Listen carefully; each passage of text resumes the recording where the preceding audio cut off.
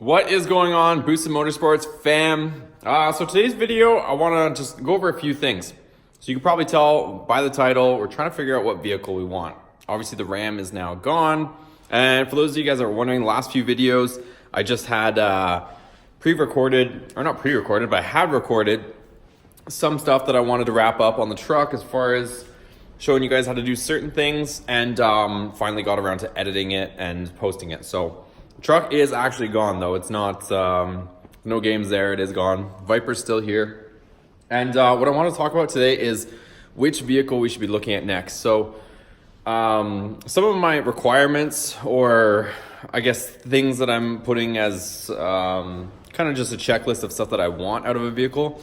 I want to be able to go to the drag strip, same way it's always done, but I want it to be fast. I want it to be stock supercharged or boosted. Obviously the name, I'm sure you guys can figure that one out and why. But reason being is these newer engines, newer vehicles that come stock supercharged, they're already reinforced, ready to go, and a lot of times from the factory, they don't crank them up all the way. So you guys can probably already see from a lot of these guys that have Hellcats and stuff like that, they don't have to do a whole lot to be able to squeeze a bunch of power out of them. They just sit there and turn up the boosts, add a bit more fuel, change some programming, and they're up quite a bit of horsepower with minimal work. So that's the reason why. Also, just like I said, everything's built for boost. So, and that seems to be the way that a lot of the newer cars that are making a lot of power seem to be going. So that's one requirement. Second, we want to be able to go to the track, right? So we want to go to the drag strip, run drags. Automatic transmission obviously would be ideal there, but I don't know, I feel weird about getting an automatic transmission on certain cars. So we have our eyes on the Corvette Z06, the newer ones, 2015 plus, and they're kind of ranging like 50 grand to about 60. Like 2015, 2016, you can get into one. There's some differences between the year. Ideally, I would like to get into a 2017 because they changed part of the cooling system that's in the supercharger. They changed some of the cores and whatnot, or bricks they're calling them, and they put a different lid on it to keep the intake air temperatures down. So that's a huge thing, and I haven't seen any retrofit kits to put it on the 2015 and 16, but as soon as you hit the 2017 model year, it almost jumps to almost 70 grand, and really that's kind of going to be out of our budget, I think, at this point. But another thing I want to run by you, and again, what I wanted to talk about, you can probably judge by the title, is this 2020 GT500 that's coming out. It's checking off a lot of the boxes. Again, like I mentioned, the Z06 does have the option of doing a manual or a automatic, whereas this new GT500 that they're coming out with, that thing, it comes with a dual clutch transmission. So for drag strip purposes, you can't beat an automatic. It's just, you can shift as fast as you possibly want, but when you're talking about some of these new ones, like the Ford, like even the Ram that we had was an 8-speed transmission. A lot of these new Fords are 10-speed transmissions, and at the drag strip, having that many gears and taking advantage of that gearing, it's just hard to beat. So with that being said, that new GT500 is going to have dual clutch transmission automatic. I don't know if they'll ever come out with a stick, but we don't know too many details about it. But what I do want to talk about is, I don't know if I personally would be able to get my hands on one of them, but the MSRP, they haven't released exact price, but they're supposed to allegedly be starting around 60,000.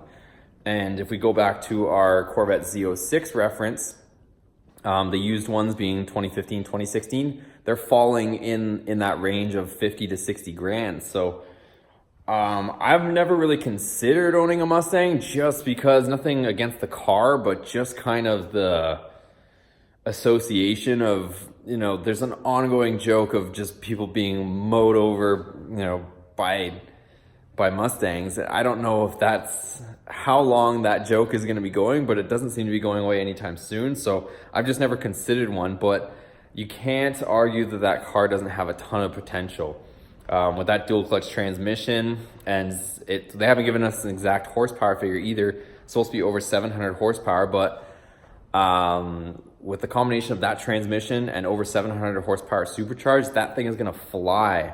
Not only that, but it's going to beat the Hellcats in a way, different way.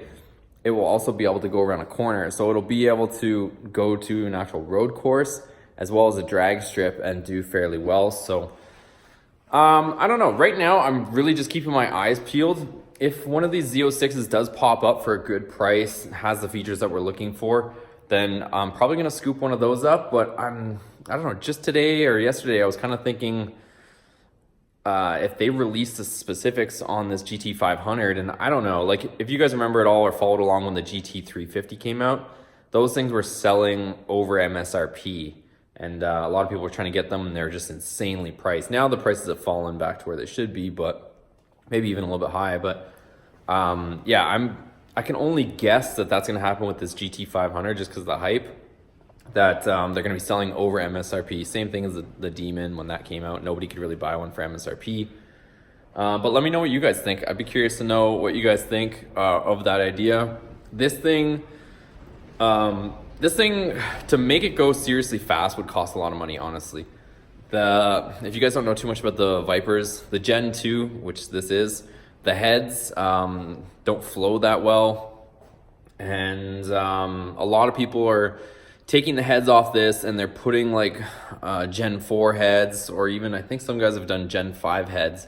But we're talking like an insane amount of money to squeeze, more horsepower out of this thing. Like some people are dropping like 20 grand to put newer Gen 5 heads, so like 23 or 2013 plus heads on it, and then do a cam and a stroker and all that stuff. And I don't really want or see myself sinking 20 grand into this thing.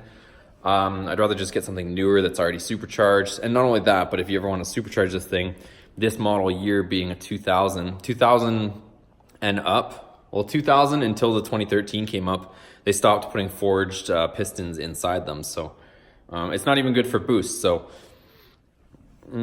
yeah, that's kind of just my thoughts on that. I really don't want to sink a bunch of money into this thing. It's only a 6-speed. It's really not set up for drag racing. It's got coilovers on it and stuff. It's just a stiff setup for road racing. But again, if you guys see anything, this is actually a good idea too. If you guys see anything for sale that you see is a good deal, whether it's a 2015 or whatnot, let me know. So let me know in the comments, and we'll chit chat and see what we can come up with. But we're ready to car shop. I'm just not sure exactly which one to get. Like I said, have my eye on the 2016, hopefully 2017 Z06. And I think, honestly, I'm going to go with the stick shift on that one. So it's a 7-speed manual. Reason being, you can take the road course, and it's better that way, and it's a little bit more durable. Part of the problem with the Z06 platform, which is why I'm kind of looking at other options, is they have a lot of overheating issues if you get the automatic. Automatic would be better for the drag strip.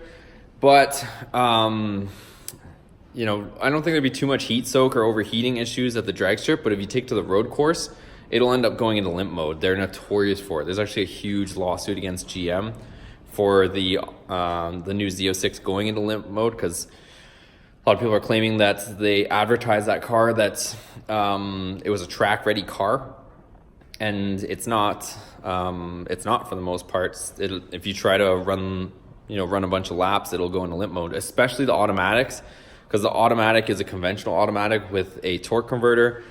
That being said, they produce more heat, and there's coolers, but they're not sufficient enough to get rid of the heat.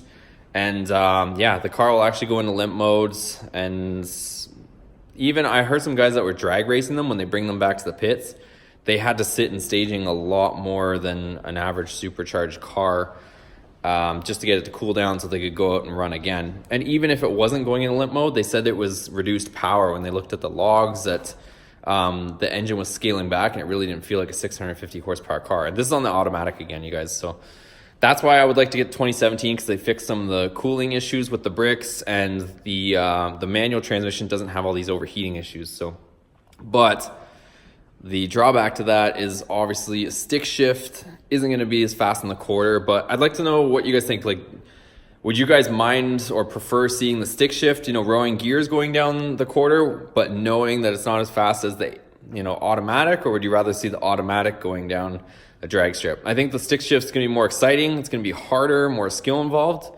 and probably going to be a little bit slower. I'm not going to lie. There's only so much you can do when it comes to shifting going down the quarter, but it'll still be pretty quick. But let me know what you guys think. Do you guys care if it's a stick shift going down the quarter or an automatic? What do you guys think of the GT500 idea?